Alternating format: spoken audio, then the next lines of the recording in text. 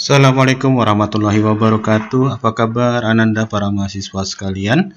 Hari ini kita akan membahas mengenai bagaimana self-enrollment mahasiswa pada LMS Moodle kelas kita. Untuk dapat barokahnya, mari kita sama-sama membaca Bismillahirrahmanirrahim. Baik, kita mulai. Syarat dari suatu self-enrollment atau masuk sendiri atau menggunakan sendiri ke dalam kelas dari kelas e-learning kita, LMS kelas kita, yaitu syaratnya yang pertama bahwa dosen telah mengatur mode pengelompokan menjadi selain tidak ada grup. Jadi tidak pilihannya bukan tidak ada grup, harus ada grup. Ya, nanti ada pilihannya, nanti kita lihat pada praktikumnya. Kemudian yang kedua, syaratnya metode pendaftaran itu sudah diatur untuk metode pendaftarannya adalah pendaftaran mandiri mahasiswa, telah diaktifkan, dan dosen memberikan atau membuat kunci pendaftarannya. Jadi kunci pendaftarannya terserah nanti sama dosennya gimana, dan penggunaan kuncinya pun juga walaupun sudah diberikan kunci tapi harus diaktifkan atau ditentukan dan disiapkan untuk mahasiswanya.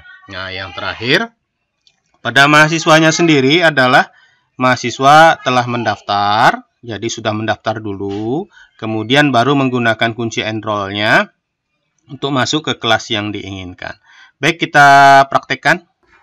Untuk memenuhi syarat tadi, maka dosen tentu saja sudah login terlebih dulu di kelas kita. Kemudian pada menu navigasi diklik.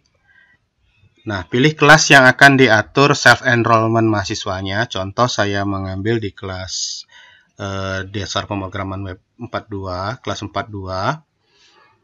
Nah, di situ nanti kita mengatur apa? Mengatur terlebih dahulu di menu administrasinya, administrasi apa? Nah, justru ubah pengaturan.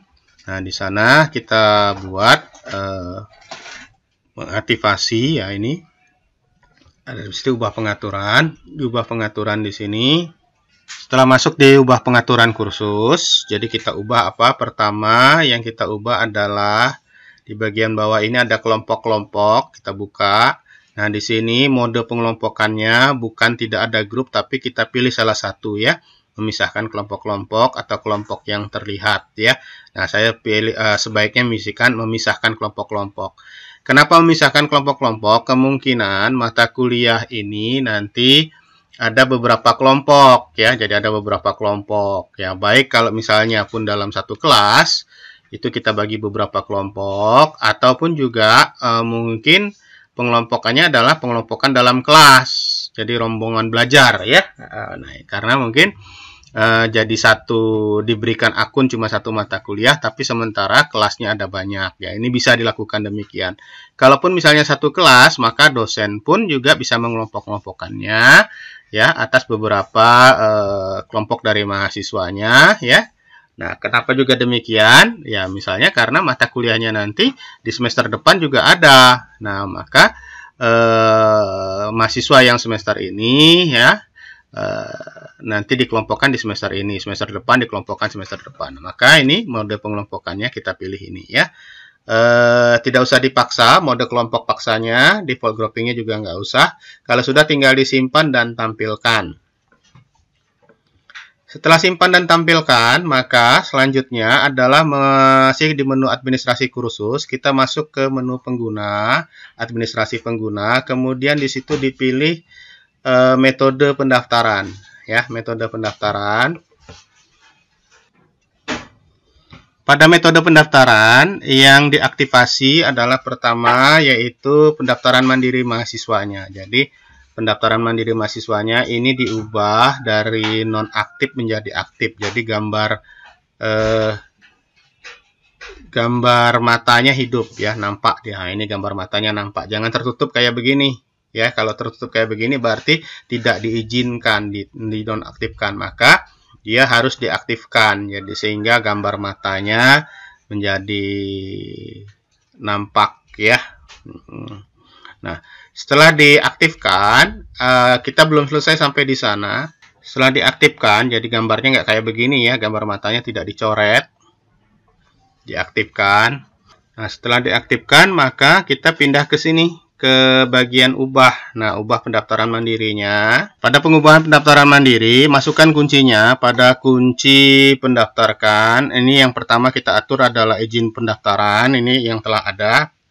Kita pilih ya, izinkan pendaftaran baru, ya. Kemudian pada kuncinya kunci pendaftaran kita isi ya. Jangan, kalau mau dilihat apa kuncinya, silakan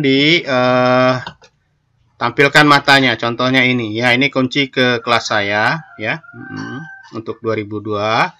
Nah, kenapa ini? Supaya nanti mahasiswa yang masuk menjadi peserta belajar itu adalah mahasiswa yang terdaftar di KRS-nya pada kelas kita ya. Jadi ini.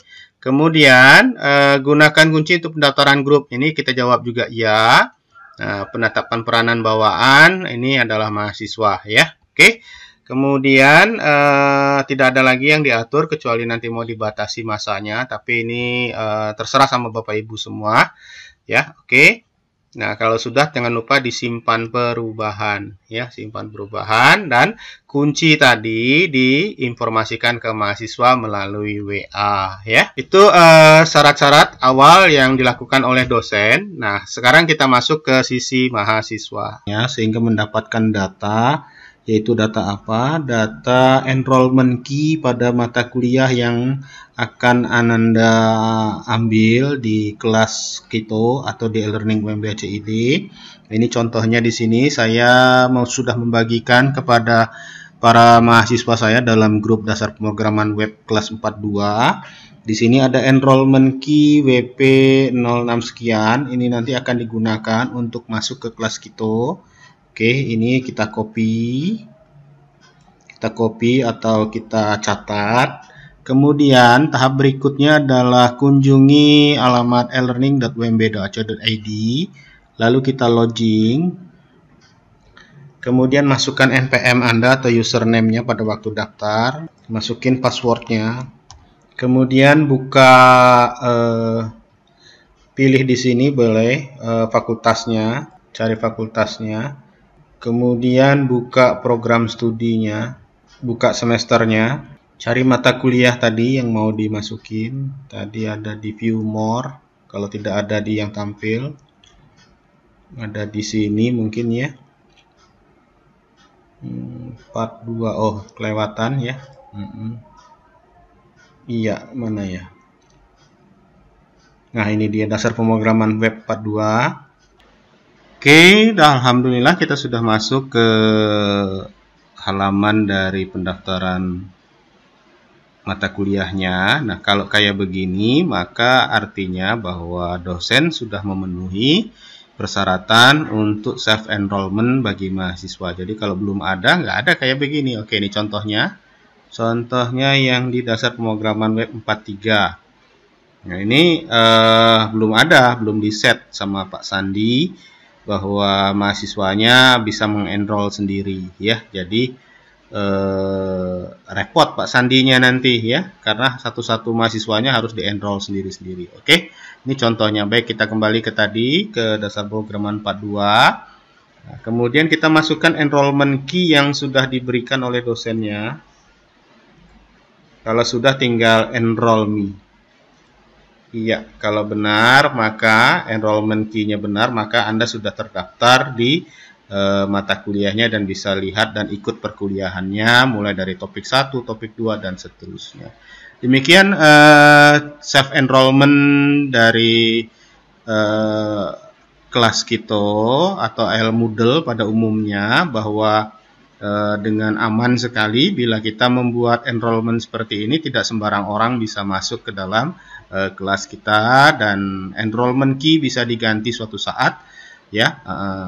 Tidak ada masalah, dan mahasiswa bisa masuk dengan baik dan lancar. Baik, ini mahasiswanya tinggal mengikuti, dan ingat bahwa tanda kotak-kotak ini adalah tanda bahwa Anda sudah mengikuti pembelajaran-pembelajaran atau materi-materi yang diberikan oleh dosennya di mata kuliahnya tersebut.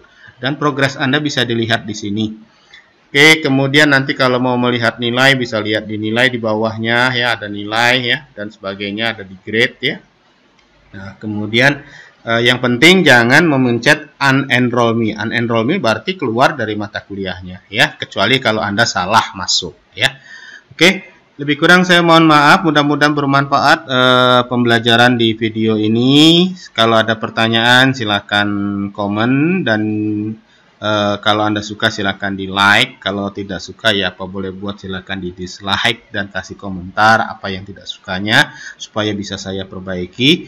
Dan kalau mau berbagi silakan di share, dan jangan lupa untuk mendapatkan terus pembelajaran-pembelajaran di video saya di channel saya, video-video pembelajaran di channel saya, baik dari bahasa pemrograman, tips-tips penggunaan komputer, ataupun penggunaan aplikasi yang lagi trending atau yang ada di kampus ataupun di luar kampus kita. Lebih kurang saya mohon maaf sekali lagi. Bila taufiq hidayah, assalamualaikum warahmatullahi wabarakatuh, dan selamat belajar.